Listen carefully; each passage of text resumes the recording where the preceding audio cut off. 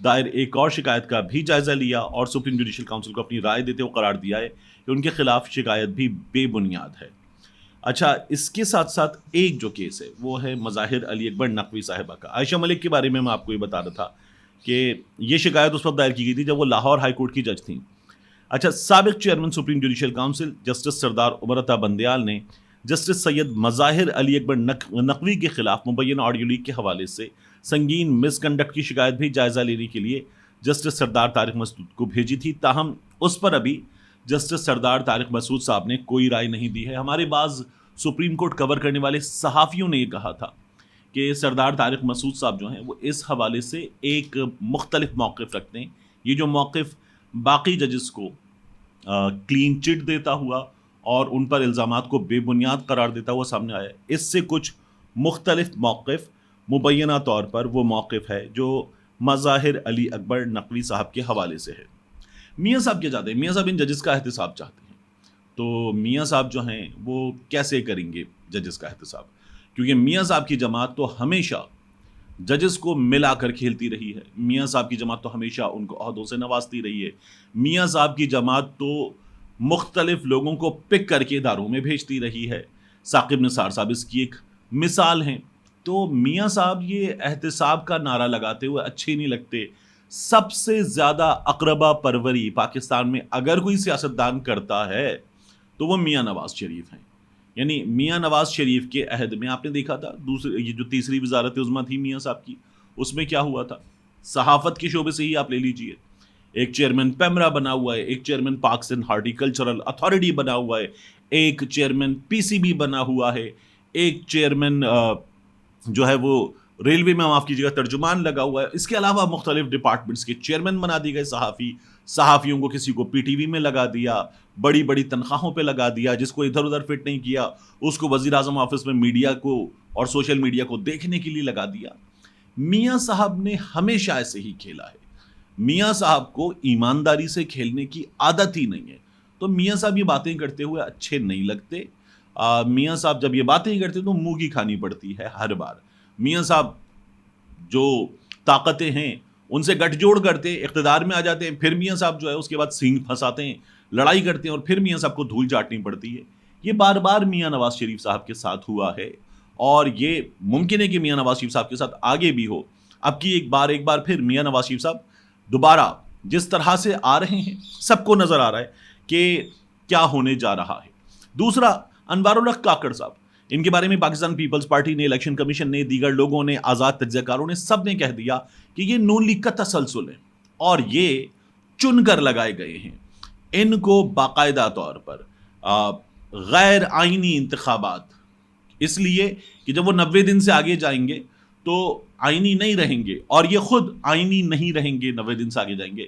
ان کو لایا اسی مقصد کے لیے گیا جو پہلی بار میں ہی تاریخ آئی، اس تاریخ کے ساتھ ان کی اپنی کوئی ساکھ ہوتی، اتنی سی حمیت ہوتی، اپنے اندر کچھ ہوتی انٹیگریٹی وغیرہ، تو یہ کہہ دیتے کہ نہیں، یہ نہیں ہو سکتا، 90 دن سے آگے جائے گا معاملہ تو میں خود استعفیٰ دوں گا۔ بیٹھے ہوئے ہیں، کیونکہ آپ کو جو نہیں مل سکتا تھا کسی بھی صورت، آپ کو وہ ملا ہوا ہے۔ آپ اس وقت وزیر اعظم بنے ہوئے ہیں، اور وہ وزیر اعظم جو اس وقت مرتی سے سکتی قوم کا جس کے پاس وسائل نہیں ہیں، اس کے وسائل پر گیا ہوا ہے یو این، پھر وہاں سے وہ گیا ہوا ہے لندن، مزے آ رہے ہیں، اس لیے یہ کام ہو رہا ہے۔ کاکڑ صاحب نے کیا کام کیا؟ کاکڑ صاحب بن گئے شاہ رخ خان، کیونکہ جو لوگ یہ چاہتے ہیں کہ عمران خان انتخابات میں نہ ہو، کاکڑ صاحب نے ان سے کہا میں ہوں نا، میں کر کے دوں گا آپ کو۔ وہ یہ کہتے ہیں کہ عمران خان اور ان کی جماعت کے بغیر بھی ملک میں منصفانہ انتخابات ہو سکتے ہیں۔ کاکڑ صاحب نے ایک انٹرویو دیا ہے امریکہ میں اے پی کو، اور اے پی کو انٹرویو دیتے انہوں نے جو باتیں کی ان میں اہم ترین باتیں کیا ہیں؟ کاکڑ صاحب کہتے ہیں کہ ملک کے انتخابی عمل میں فوج کی مداخلت کے الزامات مکمل مضحکہ خیز اور بے بنیاد ہیں۔ اچھا، کاکڑ صاحب یہ آپ نہیں کہہ سکتے، اس لیے کہ آپ نگراں وزیر اعظم ہیں، آپ نگراں وزیر اعظم بن کر صرف انتخابات کرانے کے اور ڈے ٹو ڈے افیئرز چلانے کے پابند ہیں۔ اس کے علاوہ آپ یہ بیانات وغیرہ نہیں دے سکتے۔ یہ بیانات اگر سیاسی جماعتیں آمنے سامنے ہیں اور وہ دے رہی ہیں تو آپ اس پر کم از کم انہیں یہ مت کیجئے کہ ایک درخواست تو کر سکتے ہیں، لیکن آپ یہ باہر بیٹھ کر انٹرویو بھی نہیں دے سکتے۔ دوسرا، وہ کہتے ہیں عمران خان کی پارٹی اور اس کے کارکنوں پر 9 مئی کے واقعات میں توڑ پھوڑ کے الزامات ہیں، ملک میں آئندہ عام انتخابات عمران خان اور ان کی پارٹی کے بغیر بھی منصفانہ ہو سکتے ہیں۔ کسی کا باپ بھی نہیں مانے گا اگر عمران خان اور ان کی جماعت کے بغیر انتخابات ہوں گے کہ وہ منصفانہ انتخابات ہیں. اس لیے کہ ملک میں اس وقت آپ امیر سے پوچھ لیں، غریب سے پوچھ لیں، بچے سے پوچھ لیں، بوڑھے سے پوچھ لیں، نوجوان سے پوچھ لیں، ہر شخص آپ کو یہ کہتا ہوا نظر آئے گا عمران خان. تو پھر عمران خان کی جماعت کو انتخابات سے نکال کر اگر آپ یہ جملہ کہیں گے کہ انتخابات منصفانہ ہو سکتے ہیں تو دنیا آپ کی عزت افزائی فرمائے گی. یہ عزت افزائی آپ کی شروع ہو چکی ہے. آپ وہاں جا کر انٹرویوز دینے، انہوں نے تو وہاں جا کر بھی پاکستان ٹیلی ویژن کو انٹرویو دے رکھا ہے. پھر وہ یہ کہتے ہیں کہ ملک میں انتخابات پاکستان کی افواج نہیں بلکہ اس کا آئینی ادارہ الیکشن کمیشن آف پاکستان کرانے جا رہا ہے، جس کا سربراہ اس وقت خود سابق وزیر اعظم عمران خان نے تعینات کیا تھا. پھر وہ کیوں الیکشن کمیشن کے خلاف کوئی غلط لفظ استعمال کریں گے؟ عمران خان صاحب نے یہ بھی کہہ دیا تھا کاکڑ صاحب، پھر اگر آپ عمران خان کو درست مان رہے ہیں تو اسی نے یہ کہا تھا کہ یہ تقرری مجھ سے اسٹیبلشمنٹ نے کروائی تھی. پھر وہ یہ کہتے ہیں کہ پاکستان کی فوج اس بات کو یقینی بنانے کے لیے نتائج میں رد و بدل کرے گی کہ جیل میں بند سابق وزیر اعظم عمران خان کی پارٹی جیت نہ سکے. اس بات کا امکان میں مسترد کرتا ہوں. کاکڑ صاحب نے یہ بھی کہا ہے.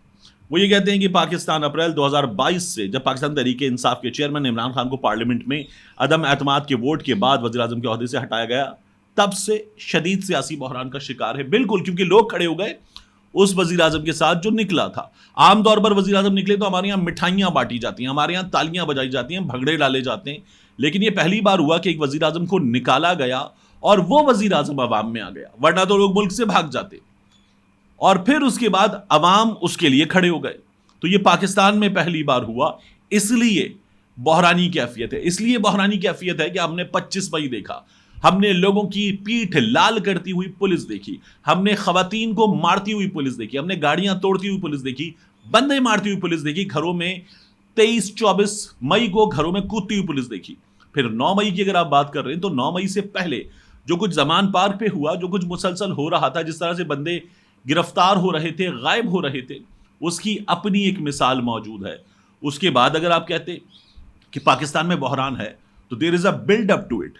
تو کاکڑ صاحب جو بات کر رہے ہیں وہ بات بنیادی طور پر غلط ہے.